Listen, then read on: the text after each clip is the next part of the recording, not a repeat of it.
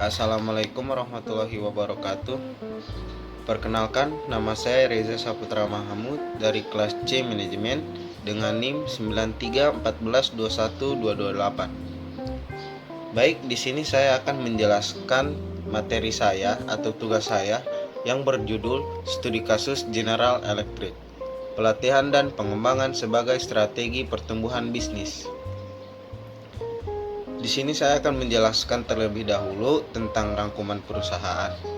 Jadi, apa sih General Electric itu? Jadi, General Electric atau yang disingkat dengan GE adalah perusahaan teknologi terkemuka yang telah berperan sebagai pionir inovasi sejak 1896. Di Inggris, GE memiliki lebih dari 20.000 karyawan dan beroperasi dalam 3 sektor utama, yaitu terdiri dari industri, energi, dan kesehatan. Dalam upaya untuk mempertahankan posisi terdepannya, lingkungan kompetitif, GE berfokus pada pengembangan produk dan layanan berkualitas, kebutuhan dan keterampilan, serta pengetahuan dan kemampuan tinggi dalam berbagai bidang teknik, TI, dan bisnis menjadi fokus utama. GE merupakan perencanaan tenaga kerja untuk mengevaluasi jumlah staf dan keterampilan yang dimiliki, serta mengidentifikasi kesenjangan keterampilan yang diperlukan.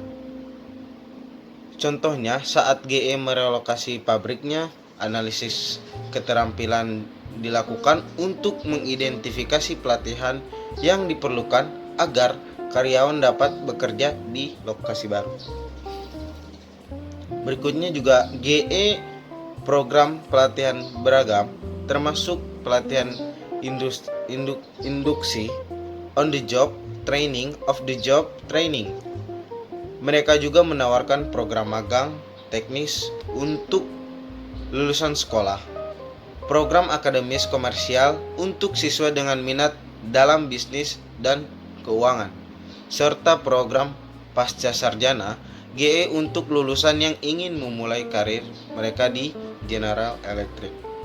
Program-program ini dirancang untuk mengembangkan entry level talent dengan pengetahuan dan keterampilan yang diperlukan.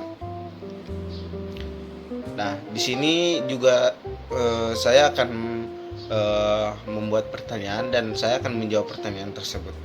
Jadi ada pertanyaan yang pertama, yaitu jelaskan mengapa General Electric perlu mengidentifikasi permainan kebutuhan staf mereka. Penjelasannya harus berdasarkan model pelatihan dan poster HRD. Nah, baik, di sini jawabannya adalah General Electric atau yang disingkat dengan GE perlu mengidentifikasi penilaian kebutuhan staf mereka karena ini merupakan langkah kritis dalam memastikan bahwa organisasi memiliki sumber daya manusia yang sesuai dan berkualitas untuk mencapai tujuan bisnisnya. Pengembangan program pelatihan berdasarkan analisis kebutuhan staf, GE dapat merancang pelatihan yang sesuai. Ini dapat mencangkup pelatihan teknis, keterampilan, kepemimpinan, atau pengembangan soft skill sesuai dengan organisasi. Pengelolaan kinerja dan umpan balik. Dengan menilai kinerja karyawan, GE dapat memberikan umpan balik yang konstruktif dan mengidentifikasi area di mana pelatihan atau pengembangan lebih lanjut diperlukan. Ini juga mendukung siklus pengembangan berkelanjutan. Ada juga perekrutan dan seleksi. Identifikasi kebutuhan staf juga berperan dalam berproses perekrutan dan seleksi. GE perlu individu dengan keterampilan dan bakat yang sesuai dengan kebutuhan organisasi untuk memastikan perekrutan yang efektif. Pertanyaan kedua yaitu jelaskan bagaimana General Electric dapat merancang kegiatan pelatihan dan pengembangan berdasarkan model proses pelatihan dan HRD. Nah, di sini jawabannya adalah General Electric dapat merancang kegiatan pelatihan dan pengembangan dengan merujuk pada model proses pelatihan dan Human Resource Development atau HRD. Model ini melibatkan beberapa langkah yang membantu organisasi merencanakan, melaksanakan, dan mengevaluasi program pelatihan. Di sini juga ada 6, yaitu identifikasi kebutuhan pelatihan, pengembangan materi pelatihan, implementasi pelatihan, evaluasi pelatihan, pengukuran dampak, serta pengembangan karir dan perencanaan suksesi. Nah, dan yang terakhir ada juga pertanyaan, yaitu pelatihan magang yang dilakukan oleh General Electric merupakan kombinasi dan pelatihan perguruan tinggi di luar pekerjaan dan pengalaman kerja di tempat kerja. Dengan memberikan contoh yang tepat, jelaskan beberapa antara pelatihan di luar pekerjaan dan pelatihan di tempat kerja. Nah, di sini ada 2 jawaban, yaitu pelatihan di luar pekerjaan melibatkan pembelajaran yang dilakukan di luar lingkungan pekerjaan utama seperti di perguruan tinggi atau di lembaga pelatihan terkait.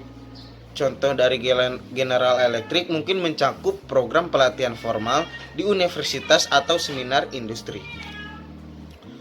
Sementara itu, pelatihan di tempat kerja langsung di lingkungan pekerjaan yang aktual, misalnya karyawan dapat diberikan pelatihan on the job atau proyek khusus yang memungkinkan mereka mengembangkan keterampilan secara langsung di tempat kerja.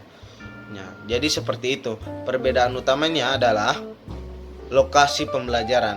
Di luar pekerjaan terjadi di lingkungan akademis atau lembaga pelatihan, sementara di tempat kerja terjadi langsung di lokasi kerja sehari-hari. Baik, itu adalah presentasi dari saya. Jika ada kurang atau salah kata mohon maafkan, karena sesungguhnya yang sempurna itu bukanlah manusia. Manusia tidak luput dari kesalahan. Baik, terima kasih atas presentasinya.